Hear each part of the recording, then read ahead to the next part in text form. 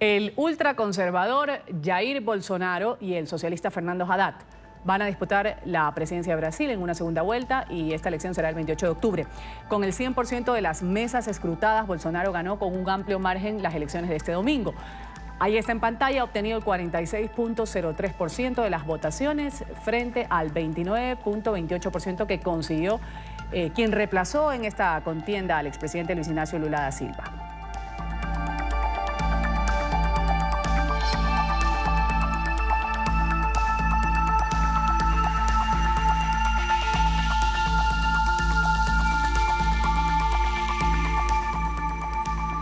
Bueno, y los brasileños volverán a elegir en segunda vuelta y ahí darán el resultado de este nombre. Luego de las elecciones que pasaron ayer, ninguno de los candidatos ha obtenido la mayoría para quedarse con el primer cargo en Brasil. Jair Bolsonaro logró, eso sí, una victoria apabullante, lo dicen todos los medios de comunicación, y ahí están los resultados para ganar. Y quedó a solo 4 puntos porcentuales de ser el sucesor de Michel Temer en primera vuelta. Haddad, el líder de la izquierda, inicia ahora una fuerte campaña para unir partidos, para fortalecer el PT, el Partido de los Trabajadores, e intentar derrotar el favoritismo del partido de la ultraderecha.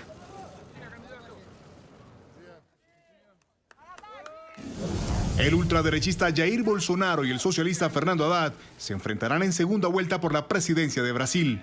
Bolsonaro logró 49.258.789 votos, lo que equivale al 46,05% de los sufragios, mientras que el líder del PT alcanzó 31.287.012 votos para el 29,25% de la votación. Los que me apoyan son personas que quieren defender los valores familiares, hacer negocios con el mundo sin perjuicios ideológicos. Todo esto ha traído y despertado a la gente a la idea de que Brasil no puede continuar en el camino hacia el socialismo. No queremos ser mañana lo que Venezuela es hoy. En Brasil, para que un candidato a la presidencia gane en primera vuelta, necesita superar el 50% de los votos.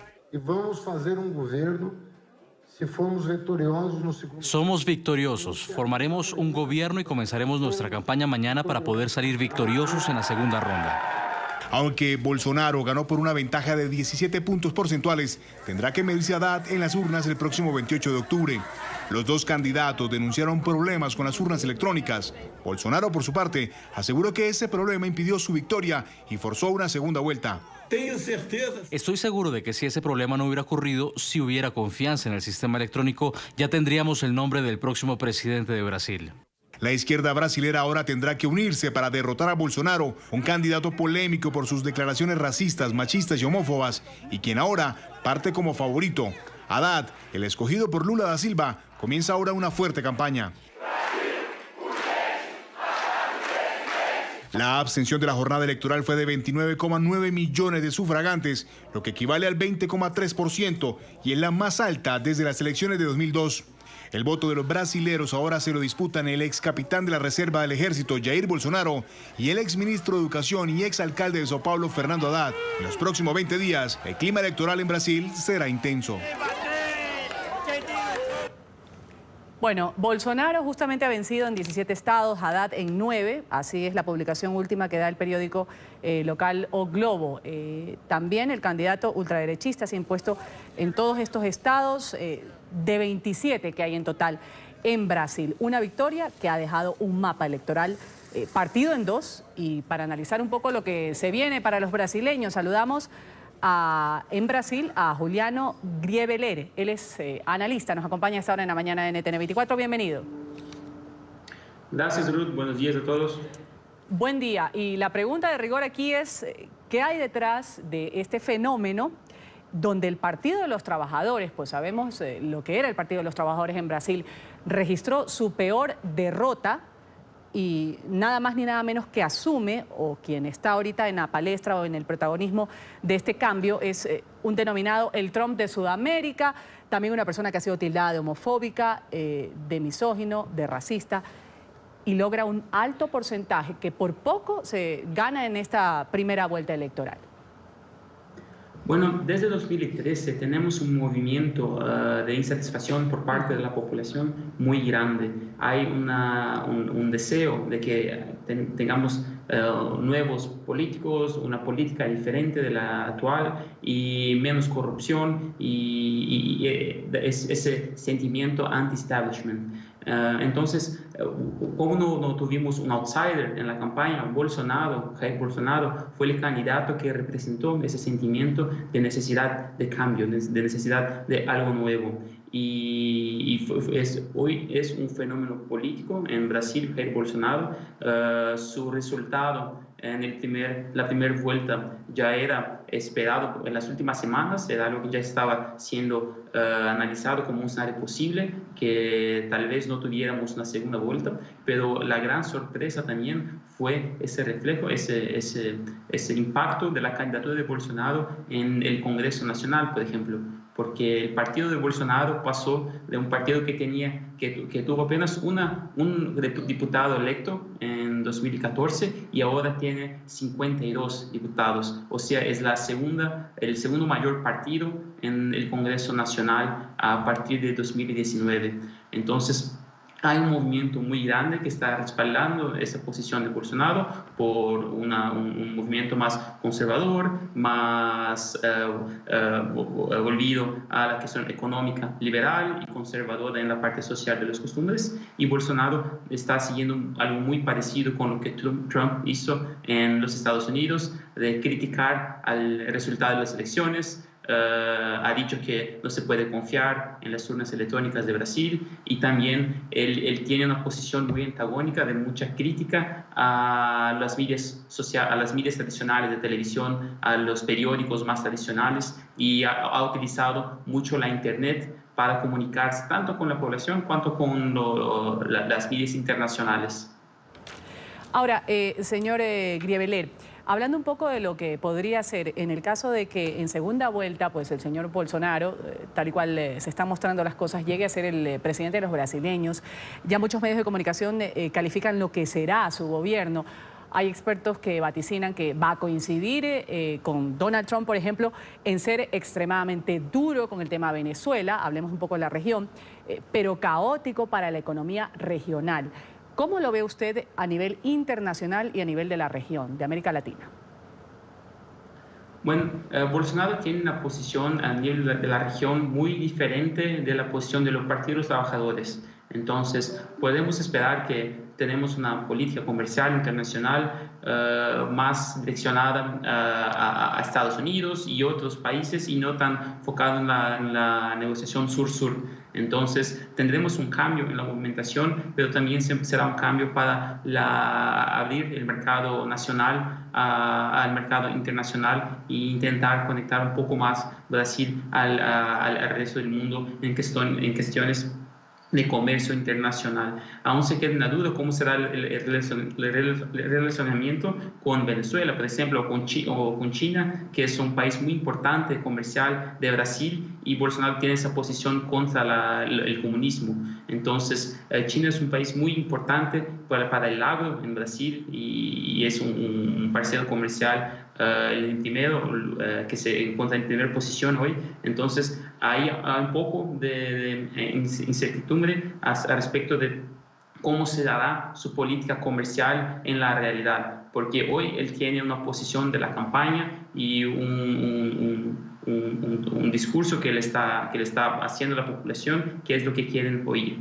Pero una vez que se encuentre en la presidencia, tendrá que lidiar con la realidad de las relaciones internacionales, de la economía. Entonces, tal vez tengamos algún cambio en las posiciones más radicales, pero va a depender de quién será su ministro. No sabemos quién será su ministro de las Relaciones Exteriores y cuál será el camino que pretende seguir, pero podemos esperar una mayor aproximación con los Estados Unidos. Bueno, estamos hablando con Juliano Griebeler, él es analista, hablando un poco de las elecciones que se dieron ayer en primera vuelta en Brasil, justamente mantener la política de ajustes fiscales en un país con unos 13 millones aproximadamente de desempleados y varios millones más con carencias sociales de todo tipo. Vamos inmediatamente, señor Griebeler, a revisar cuáles son los retos principales, los hemos resumido así. El próximo presidente de Brasil deberá enfrentar desde el primer día de su mandato una enorme presión de los mercados para proseguir la política de ajustes fiscales. Según un informe del Banco Mundial presentado a los candidatos, el país enfrenta 3 desafíos principales: su gran desequilibrio fiscal, la falta de crecimiento sostenible de su productividad y la dificultad creciente del Estado para ofrecer servicios básicos. El país tiene unos 13 millones de desempleados y varios millones más sufren carencias sociales de todo tipo. Brasil tiene una parte de la población que todavía vive en el siglo XIX y otra que ya está en el siglo XXI. No podemos olvidarnos de los que viven en el siglo XIX porque esa es buena parte de nuestra población. Marcelo Neri fue ministro de Asuntos Estratégicos entre 2013 y 2015 y actualmente dirige el Centro de Políticas Sociales de la Fundación Getúlio Vargas. Según un estudio de este centro, más de 23 millones de brasileños, de un total de 208 millones, vivían bajo la línea de pobreza a fines de 2017. Brasil tinha, nos anos 90, 34% de pobres. Brasil tenía un 34% de pobres en los años 90. Eso cayó hasta el 8% en 2014 y de allí subió a 33%, 6 millones de nuevos pobres. Si nos basamos solo en el crecimiento de la economía, se tardará 12 años en volver a donde la gente estaba en 2014. 12 anos para a gente voltar onde que a gente estava em 2014. El presidente Michel Temer congeló los gastos públicos durante 20 años, entre otras medidas de austeridad, pero dejó pendiente la delicada reforma de las jubilaciones, considerada por los mercados como la piedra angular del enderezamiento de las cuentas. La mayoría de los candidatos propone algún tipo de reforma de las jubilaciones y del programa de contención de los déficits, sin adentrarse demasiado en números que podrían restarle votos. Entonces, Brasil con una tasa de desempleo muy alta, con pobreza extrema, no exenta en otros países de América, pero también sumida en muchos casos de corrupción. De hecho, el expresidente Lula da Silva está condenado a 12 años por un sonado caso de corrupción. No pudo presentarse, puso a último momento al señor Haddad para que lo reemplace en esta contienda, que no logró lo esperado, o al menos lo que el Partido de los Trabajadores hubiese querido en estas elecciones. ¿Por dónde debe empezar el próximo mandatario? Bueno, el próximo mandatario tendrá que empezar por la cuestión fiscal y económica. Ninguno de los dos candidatos que van a la segunda vuelta tienen un diagnóstico correcto al respecto de la situación económica del país o aún no han presentado cuáles serán sus soluciones. El principal punto que tendrán que atacar en el comienzo en el inicio de su administración es la cuestión de la reforma de la previdencia. Entonces, las pensiones, tendremos que hacer una reforma de las pensiones del próximo año y no importa cuál presidente sea electo, ese será el principal punto a ser discutido en 2019, porque también afectará el orçamento del gobierno, que ya no comporta la situación que tenemos con el techo de gastos que Temer ha aprobado en el año pasado. Entonces, será un mandato muy direccionado en este primer momento a la cuestión fiscal para acalmar al mercado, demostrar que el próximo presidente tendrá una gobernabilidad y que podrá implementar su agenda de gobierno, porque este es el temor. Vamos a tener un Congreso Nacional más fragmentado, con más partidos. Teníamos 25 partidos hoy y tendremos 30 en el próximo gobierno. Entonces será una gobernabilidad más difícil y la gran duda es si el próximo presidente tendrá la habilidad necesaria para tener articulación y gobernabilidad en el Congreso Nacional. Justamente hablando del Poder Legislativo, la expresidenta, no podemos dejar de mencionarla, Dilma Rousseff, la gran derrotada de esta jornada, aspiraba a volver a la primera línea con un escaño en el Senado por el estado de Minas Gerais, con el Partido de los Trabajadores, y se quedó fuera. La expresidenta, recordemos, fue apartada de su cargo en septiembre del 2016. De la vida política fue destituida de la presidencia de su país. ¿Cuánto le afectó esta salida? Y en realidad podríamos hablar de que Dilma Rousseff ya no se la verá nuevamente dentro del ruedo.